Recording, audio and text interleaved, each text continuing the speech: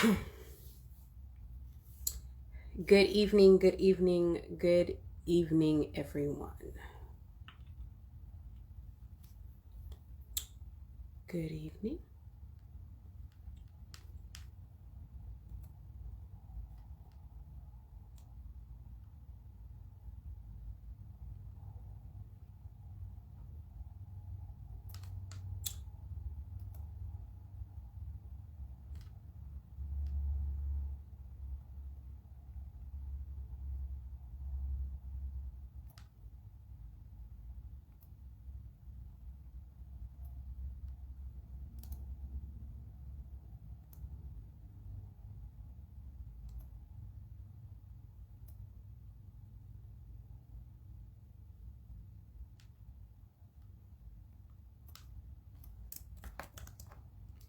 Good evening, everybody. Good evening. Good evening.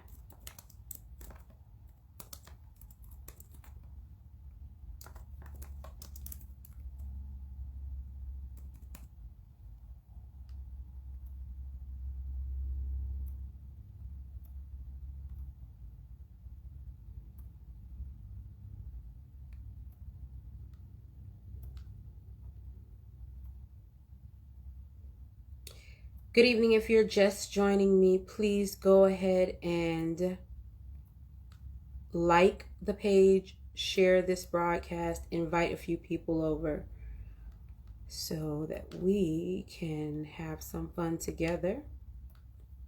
I wanted to just invite a few people.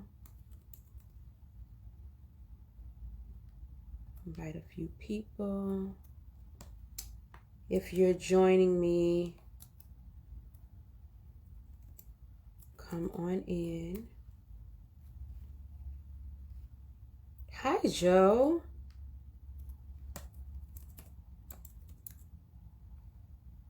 Long time no see.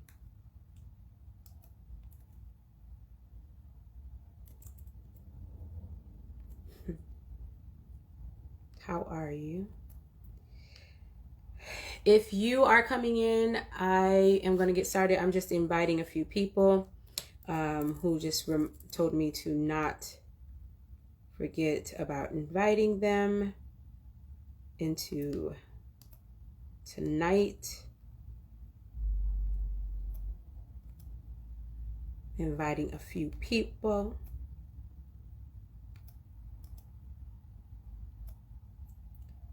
I'm about to get started momentarily. If you're just coming on, go ahead, like and share. Like and share this broadcast with a few individuals. Wow.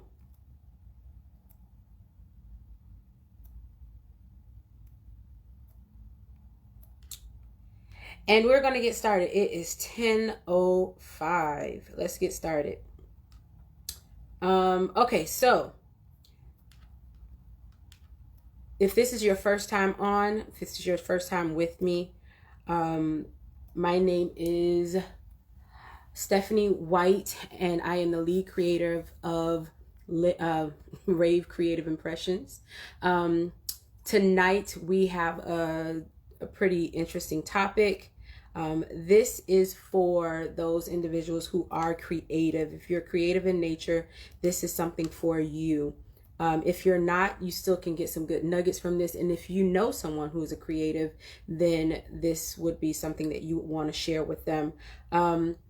Every night at 10 o'clock, I bring to you the Creative Overcomer, and I am a voice for the creatives, and I'm training my ear to listen to the one and only creative. If you want to find out more about me, you can always go to www.stefaniewhite.com. That is spelled STEFANIE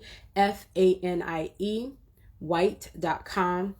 Or you can stay abreast with what's going on with me and Rave Creative Impressions by liking the platforms on Facebook and Instagram, Rave World 2.0. That's Rave, R-A-V-E, World 2.0.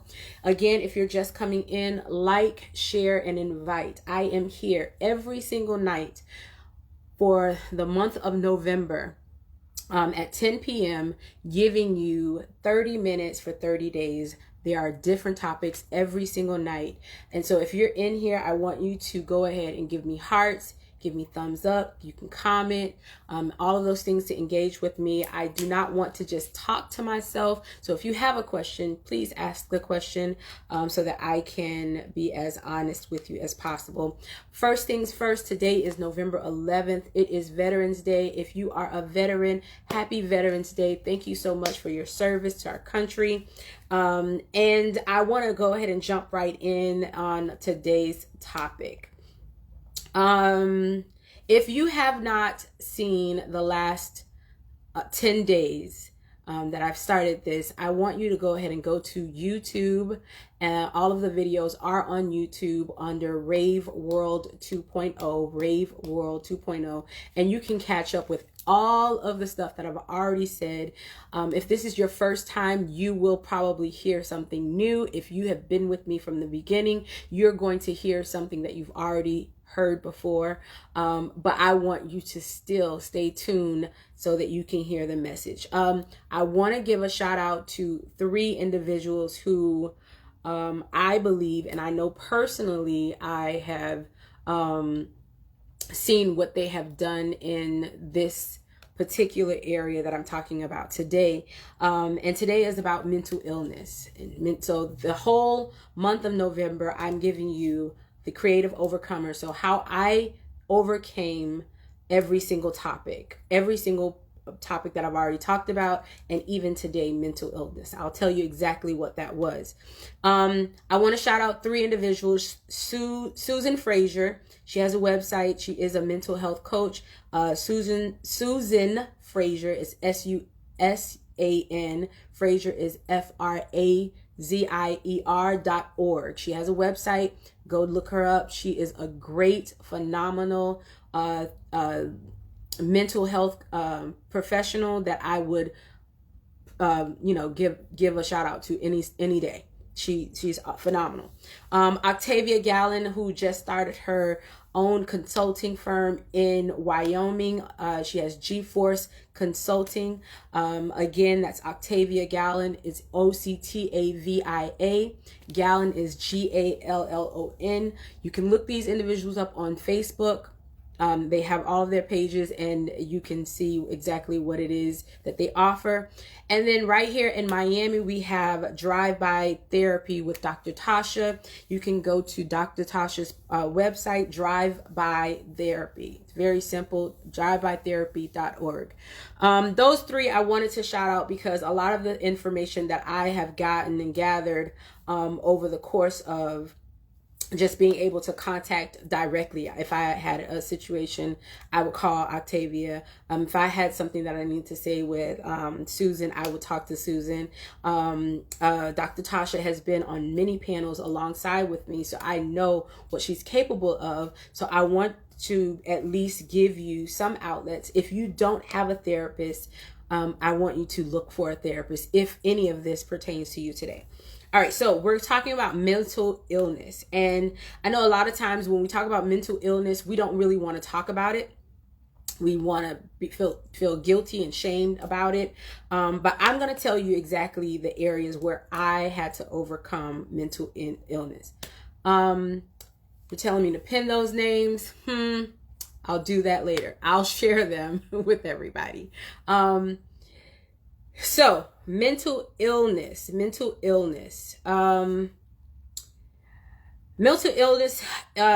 are health conditions that involve, and I'm giving you the book definition.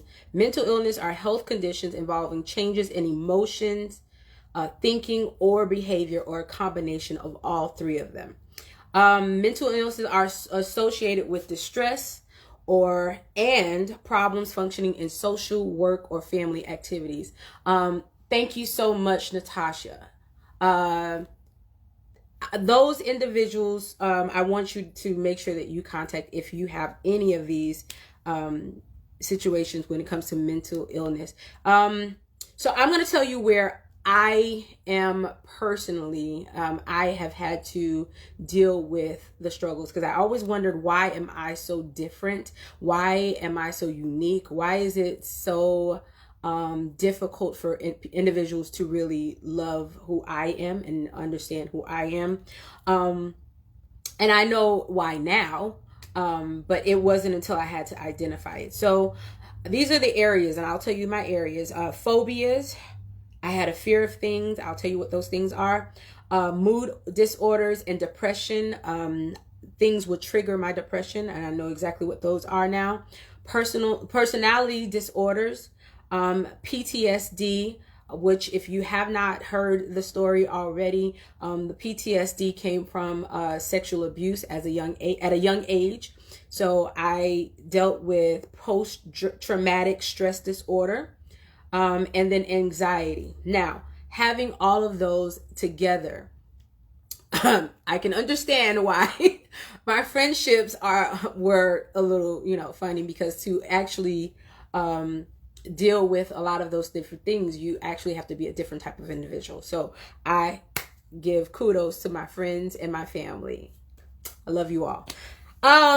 So let me tell you about my phobia really quickly, because everybody, when I tell them my phobia, they usually laugh at me. So this is the laughing moment. You get to laugh along with everybody. I have two phobias. And when I say phobias, they're not just phobias like phobias of like, I'm just, when I see something or this happens, I kind of just, no. It's a phobia to the point where I stop exactly what I'm doing. I don't move. I can't move. I get a sense of just like terror over me. So I am afraid of birds, and I'm afraid of fish. Birds and fish.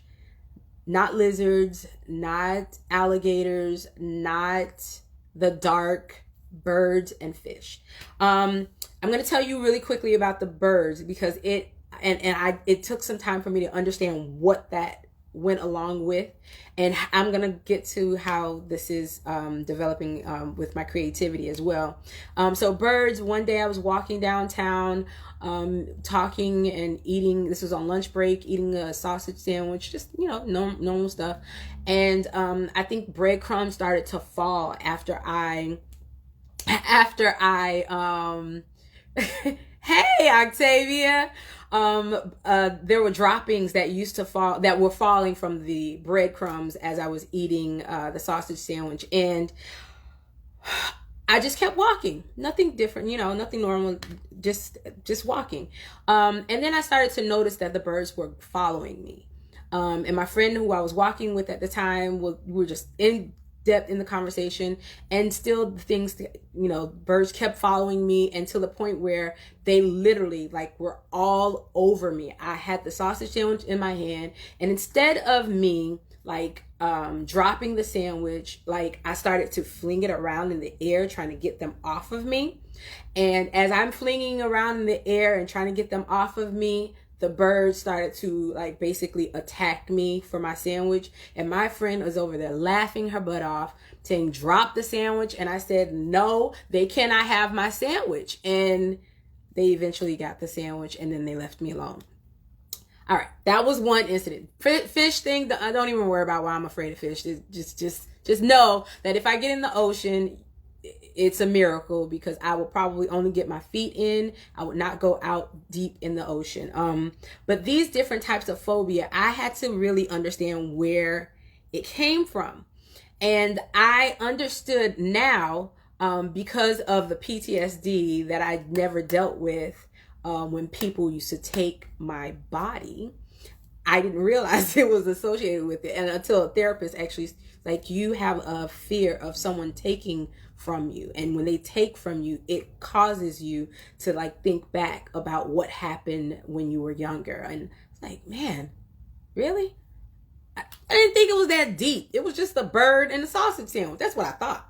But those things actually started to trigger. So now I had to think about all the different relationships that when people used to take from me, it also triggered,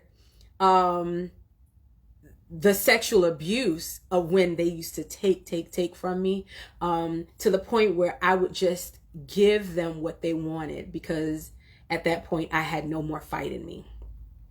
So it does not ever feel good when you don't have control of your emotions. So I know for me, what I used to do, I used to write poetry. I wrote plays, I wrote in my journal, and I felt like that was a safe place. That was a safe place for me to be able to say whatever I needed to say.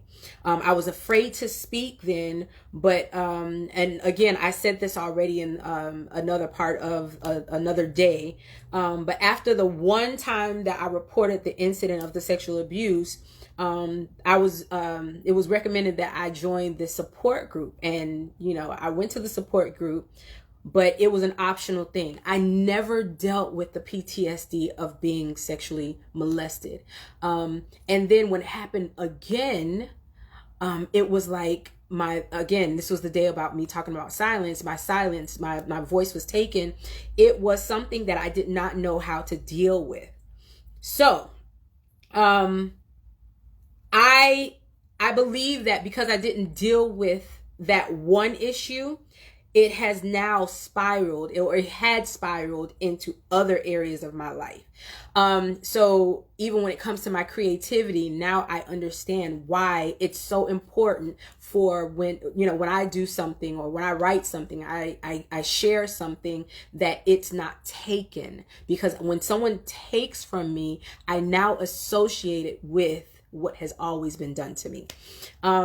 Now let me get back to the creativity. So creative individuals are creative because we don't see the world like everyone else. We see things with an obscure eye, which is very true. Studies have shown that there's a correlation between creatives and mental illness.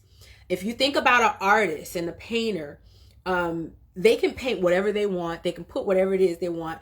During Art Basel, I see it all the time of what they consider art. I saw someone one year who used a phone charger as an art exhibit, but it's usually based off of what that artist sees.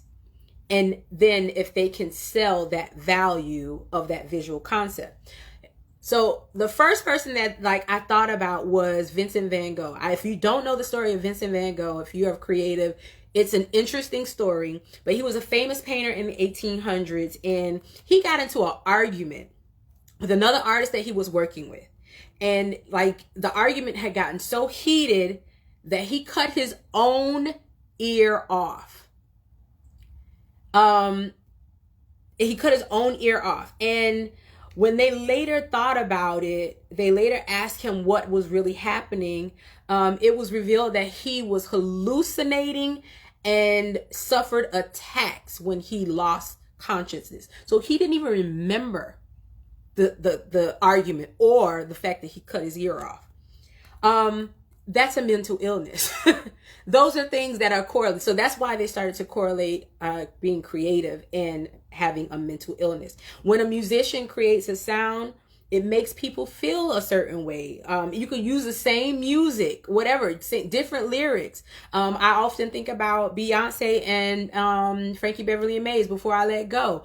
It's the same song, but for some reason, it feels different. It does not feel the same way.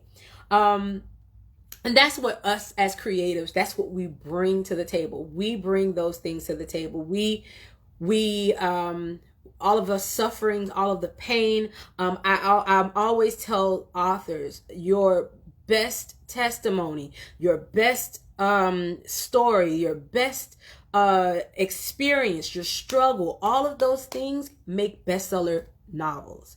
And if you're not afraid to really tap into that, then you can be not only successful in that, but you can be free from whatever it is. You can really deal with the issue of it at all. The very first book that I wrote, Divorcing Insanity, I don't think that I would have honestly been to the point of my healing if I did not write that book, because I was able to expose parts of what hurt me, what I had to deal with in that book, so that I could be free from it all. Right? So now, instead of me being afraid that someone is going to take from me, I decided to now start to protect things more and more. I want to stop really quickly. I'm calling you Dr. Octavia Garland. Come on. It says, she says, then when asked to analyze it, you find out how deep it is. Very true. Once you go through those things and you analyze, oh my gosh, I did not realize that PTSD thing was just like, wow, it was a mind blowing. And for me, so now, like, when it comes to when I put things out there, when I write plays, I didn't get credit for those things. But it was because I didn't speak up either. When I pitched an idea and somebody else got credit for the idea, it was because I didn't speak up. So now I protect things with all costs. Like, now I know who to share my vision with, when to share my vision, and everything. I keep it protected with trademarking if I need to, making sure it's under my contract, like I do non-compete. What's the contract where you just protect your idea, protect what it is that you have, especially if you're sharing it with individuals who you want to be a part of it. Everyone is not and will not be a part of your future, so you have to let some people go, and some people you have to let them let you go. I needed more of individuals around me that was going to pour into me, and that if needed, I can pour into them as well. It was like one of those natural effects. I did not want a situation that I had to force.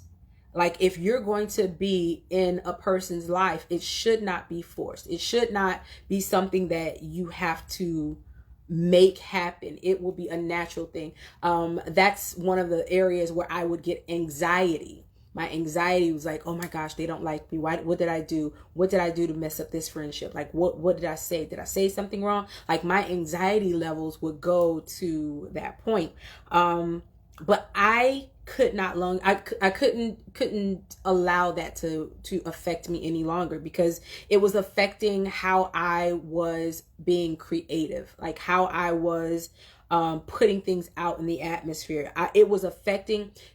If you've ever known someone who's extremely hurt and they write a social media post, you can tell that person was hurt. So I did not want that. I wanted whatever I was going to say, I wanted to be something that was going to help someone. It was going to catapult whatever that relationship. It needed to be something positive.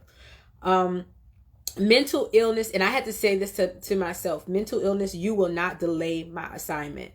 I had to get extremely defiant about my peace and my freedom. I had to get really reckless. I am not going to allow PTSD. I'm not going to allow anxiety. I'm not going to allow the phobias. I'm not going to allow any of those things to delay my assignment. But I'm going to operate in the struggle. And I was just telling you, use your struggle to create.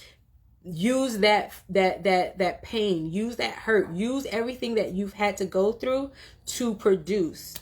So the 3 things, and I want to tell you my 3 things that really helped me to overcome the mental illness. There are 3 things that I used to overcome my mental illness. One was I had to change my words.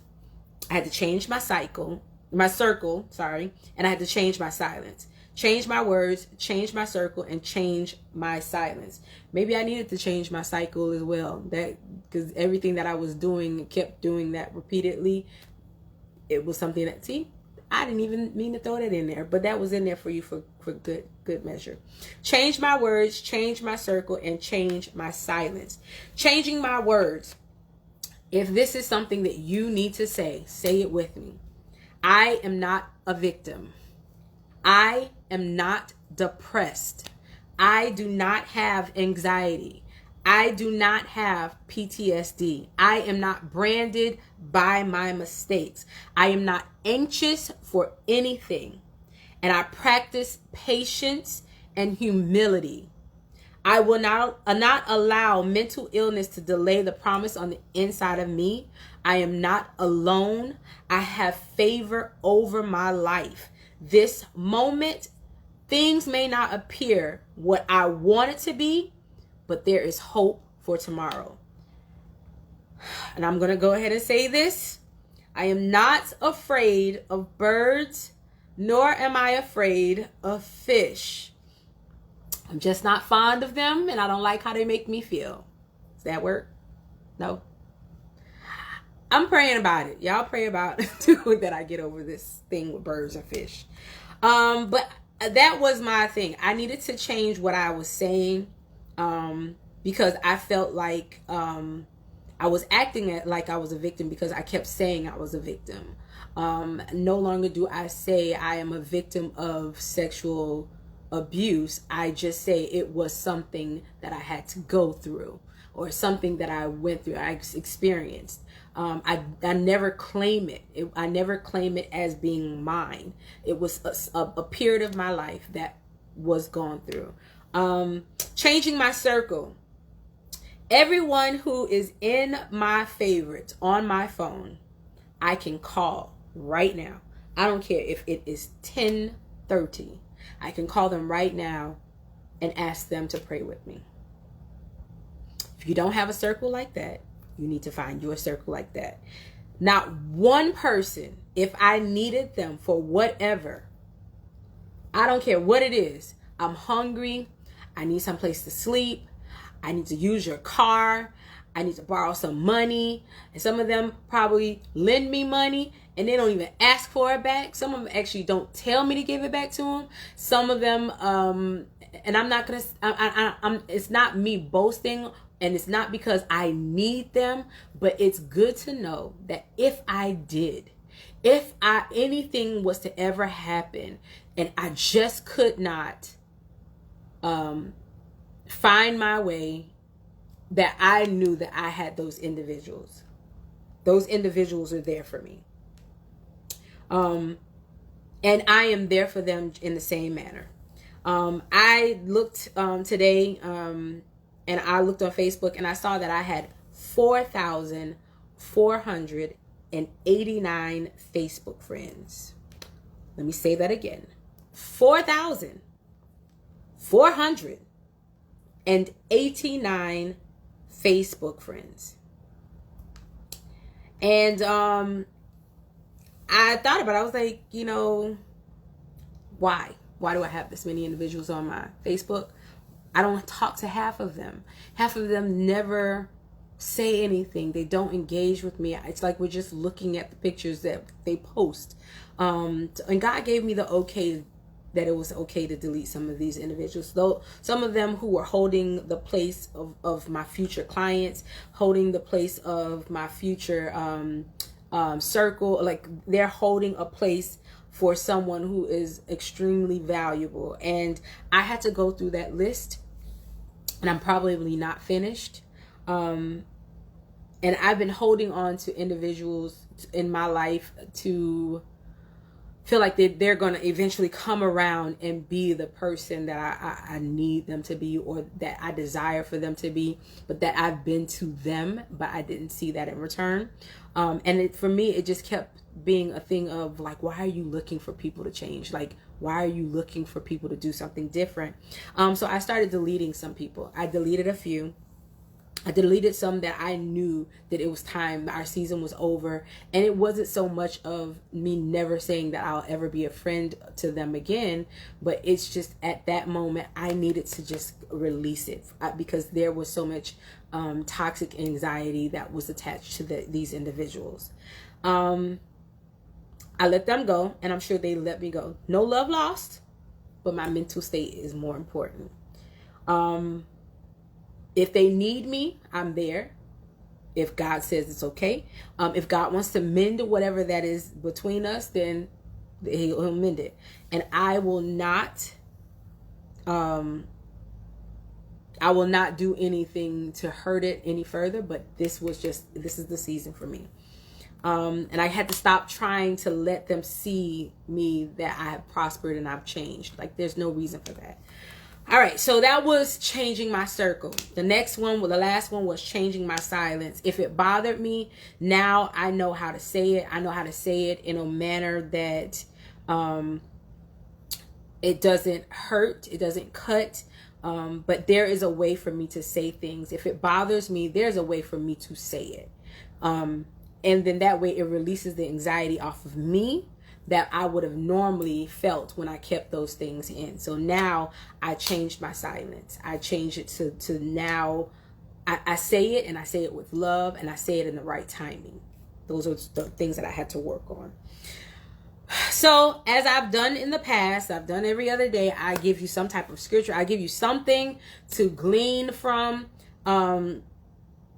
because of all of the different struggles that I believe was placed in a time and a season in my life.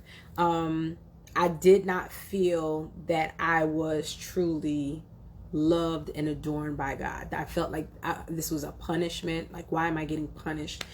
But of course, in the Bible, it takes me to Romans 8:38 through 39. It says, "For I am persuaded that neither death nor life, nor angels, nor principalities, nor powers, nor things present, nor things to come, nor height, nor depth, nor any other creature shall be able to separate me from the love of God." And I say this to you, nothing can separate you from the love of God. If you really understand that, then you would know all of those different mental illness, even that cannot separate you from his love. He loves you that much. And because I know now that he loves me, I can truly believe Jeremiah 29:11, because I know his plans that he has for me are plans to prosper and not harm me, plans to give me hope and a future. These are things I can now believe and really understand and trust that when he says it in his word, like I don't have to have the hangups of what mental illness was. I don't have to have the hangups of what I could not get through. Now I know without a shadow of a doubt, I might have gone through it, but the point is I've gone through it. I now have a brand new tomorrow. I can wake up tomorrow and I can feel that there is hope. Whatever it is that I need to complete, I can complete it. Mental illness will not delay my promise. Mental illness will not delay your promise. Mental illness will not delay our promise. If we continue to say that, we continue to believe that, and we understand that his love supersedes everything that we've ever gone through, supersedes everything that we might have ever experienced in the past and to come. If we start to really understand that and really grab a hold of it, then there's nothing stopping us. We can be as creative as we want to be. Use your story. Tell the story. Tell the story to help not only you, but to help someone else who needs to hear it from you. So that was my spill on today. Mental illness. I know you guys are like, she's too beautiful to have all those things going on in her head. Yeah, there's a lot of stuff going on in this head. I know. But I am just grateful. I'm grateful for even this platform. I'm grateful for you all who stopped in to just check in. I'm grateful for Miss Octavia Gallen. I'm thankful Natasha tagged you so that you can come in and share what you needed to share. If you need to speak to someone, please listen to me. Don't be afraid. Don't be ashamed. Don't have any guilt. Don't have any hang-ups about it. Like, if you need to speak to somebody, if you need someone to at least help you to identify like your triggers, what sets you off, what puts you in that place where you cannot move, then I would suggest that you reach out to someone. There are so many mental health professionals that will assist you. There are so many. Yes. There's so many that can assist you, and I would suggest that you go ahead and you look for that person who's just right for you. I can't bring one that's going to suit everybody's needs, but there is somebody out there for you. You just have to go and search and seek it and not feel guilty about it, not feel like, oh, I'm going to spend this money, because if you really want to sacrifice for your, like, if you want to lose weight, you want to do something, there's something that you want to to do, you will sacrifice the money to do what it is you want to do. So sacrifice for this, because your mental health is important. And as I end this like I end it every night, and I've already ended it before. But I want to say thank you again for joining me. I am the creative overcomer, Stefanie White, the lead creative of Rave Creative Impressions. And if you don't do it, who else will? Because nobody can do what you are purposed to do like you. So be creative, be unique, and be purposeful. Until tomorrow. Love you all. I am here again tomorrow, 10 p.m. Same time, same place, different topic. See you guys tomorrow.